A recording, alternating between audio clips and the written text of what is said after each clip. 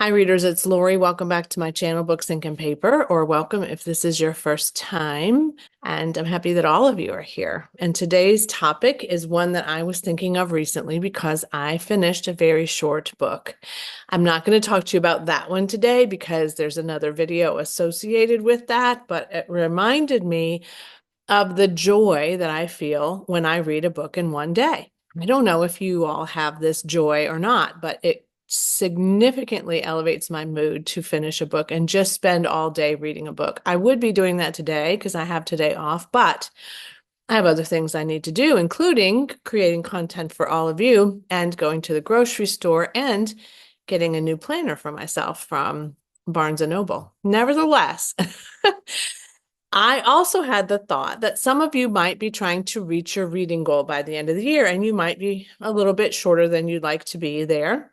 So here are some suggestions for you that you maybe could read really, really quickly, maybe not in one day. That's not always possible for us just based on our life and all the other things that get in our way. But if you could read one of these books in one day, it might be fun to see how you do. These are books that I have read in one day over the years. So again, it's kind of up to you whether or not these interest you, but there's some suggestions here for sure.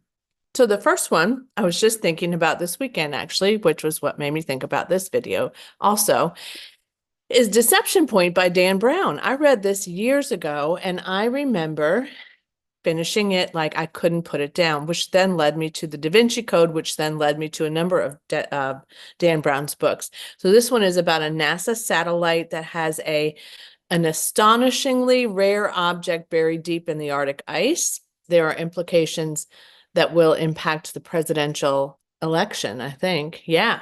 So it's kind of perfect timing in some ways. I do want to reread this, which is why I ended up getting it. I didn't buy it new. I think I got it out of a little free library, but it's in really good shape. And I would like to reread this because literally read this when I lived in Washington, D.C., and that was in the 80s, late 80s, early 90s. So there you go. It's been a while. This is a recent book I read, and that is the 18 Best Stories by Edgar Allan Poe. Kat at Kat's Novel Adventures, which I mentioned recently as well. She did a Poe readathon. I had this on my shelves from long ago. I think this was my sister's, and she passed it on to me. But nevertheless, I definitely finished this in one sitting, and it was delightful. This is 87 pages. Yeah, easy to read. And I should have told you about this other one. The Dan Brown is 555. However, this is a mass market paperback, so don't let it scare you. It's going to be an easy, quick read. These are sort of a representation of books you can read in one day because I have done. Any cozy mystery you can imagine can be read in one day, I think, almost all of them. I turned them around differently, but nevertheless, they're very short. They're mass market paperback size. They're 286 or so-ish pages in this case, but they're often always easy reads. I read a book called If Books Could Kill, and it's by Kate Carlisle, and it's way up at the top of my shelves, which is why I didn't get it down because I need a ladder to do that. But I read that book in one day, I think this year. So it's definitely possible. This one is not an easy read by any stretch. This is I'm Thinking of Ending Things by Ian Reid, and it is a very short novel that I did read in one day. I will also say that this one is pretty dark and weird. However, if you like dark and weird, I do recommend this. I have not watched the Netflix adaptation of it, so I can't weigh in on that at all. But this is a nightmare road trip through the fragile psyches of two young lovers. My kind of fun, Charlie Kaufman says. It was interesting. It was, yeah, so they go on a road trip, and the girl is in the car and considering how she's going to tell him that she doesn't want to be in a relationship with him anymore. It was quite something. I don't know what I rated that. Let me look and see what I rated that for you, because I hear people have mixed reviews about this book. I gave it 3 stars, so it wasn't my favorite book in the whole world, but if you need a quick read and you like creepy, weird stuff, and you might like it more than me, that's a good choice. All right, this is my old copy of the Stepford Wives by Ira Levin. It no longer has a cover because this one was one of the very few books that survived Hurricane Katrina. It was on a top shelf, or I don't know, it landed on something that didn't get wet. I don't know, but it's a very old copy. This was published a long time ago. It was completed in February of 1972, and this is 145 pages. This is also creepy. If you've never heard of the Stepford Wives, or even if you have and you've watched the movie but not read the book, I really recommend the book. Ira Levin is quite a remarkable author, and this is about a couple who end up moving to a suburb, and their new neighbors are greeting them with delight, and the couple is trying to sort of get their boundaries and get their footing in this new area that they live in, and things start to get weird. Things start to get weird. I have not read this. But I will say that I read the other book by this author that is about this same size. This is called What Feasts at Night, but I read What Moves the Dead by T. Kingfisher. T. Kingfisher also writes some pretty creepy, speculative stuff, but this one and the one that I read are retellings of older stories, and this one is kind of a continuation of that. Here's the photo of What Moves the Dead if you need to see what that looks like. I swear I owned that, but I don't know if I lent it to someone or I just didn't own it and I thought I did, but I'm pretty certain I just can't find it. But I really do love T. Kingfisher most of the time, and I love this cover for sure. So this is about this is sort of the sequel to What Moves the Dead. Alex Easton is recovering from what happened in the first book, so I'm not going to tell you what happens in this, but I do need to get to that soon because, oh, there goes my stack. It's just a nightmare, isn't it, Win? This one is a little bit bigger, but I will say I finished this in one day and I was stunned by it. This is one of my favorite reads of all time, I have to say. There is a reading guide in this version. It is 264 pages. It is not mass market size, obviously, but it's doable for sure. And I will say that this, I could not put this down. So this is about a man whose wife dies. He was not there when it happened, but their dog was. And so he sets out to try to figure out how to train his dog to talk so his dog can tell him how this happened, because it's very important for him to know how this happened. And that's all I'm going to tell you, except that this is a really challenging read as well. Sorry, but also so very well done. And I don't think it gets enough press as it should.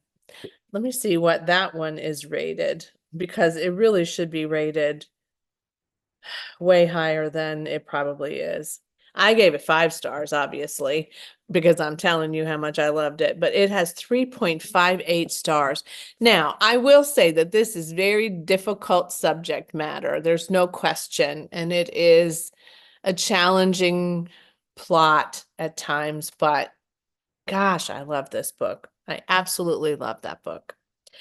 And the last one I'm putting forward just in time for the holidays is The Christmas Appeal by Janice Hallett. You don't have to have read The Appeal to enjoy this, but it might give you a little bit more enjoyment. I think all of these of hers are pretty quickly paced just because they're typically epistolary, filled with texts, emails, different ways that people have corresponded, recordings of things, documentation. But this is about the original Appeal crew, which is a little theater company in this little town in England. And this is their Christmas show. And what happens is both hilarious and mysterious. So this one says, one Christmas play, one dead Santa, everyone's a suspect. I mean, really, who would kill Santa, right? But buckle up, kids. This one's kind of a rocky but fun ride. Yeah, and they're in Lower Lockwood, and the name of their company is the Fairway Players. I was trying to think of what it was called, and I felt like it had some golf connotation, but that's it, the Fairway Players. Really love this one.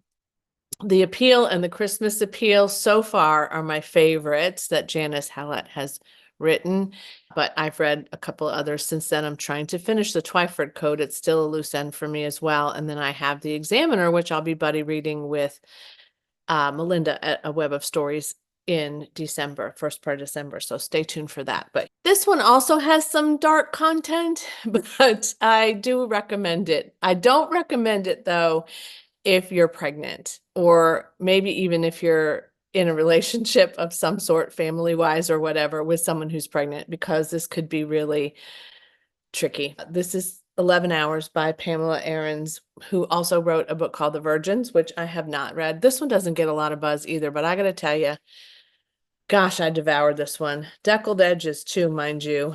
165 pages.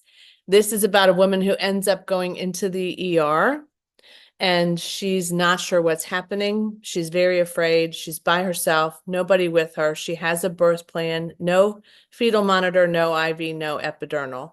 And Frankline, who is a nurse in the maternity ward, comes to support her.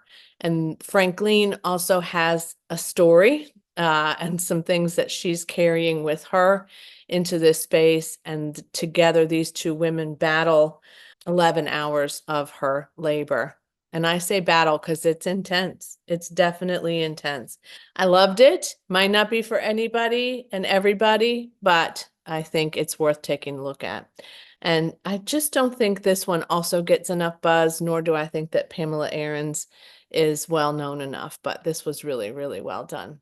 I can't remember why I picked this up, but I'm so glad I did, and I will never unhaul this. I was thinking about unhauling the other day, and this did not make the cut because it just won't happen. I would love to reread it soon too. That is my stack. Let's see if I can get this up.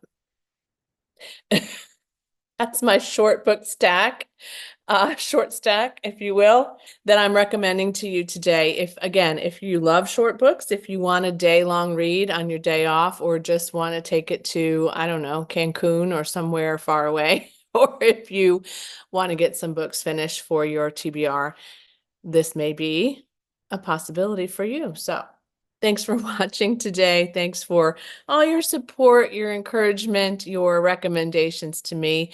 Feel free to put in the comments below any short one-day reads that you remember and really enjoyed. We would love to see them. I know I love the stuff that you guys share with me, and it's just a delight when you comment. So keep it coming. And as always, happy reading. Bye.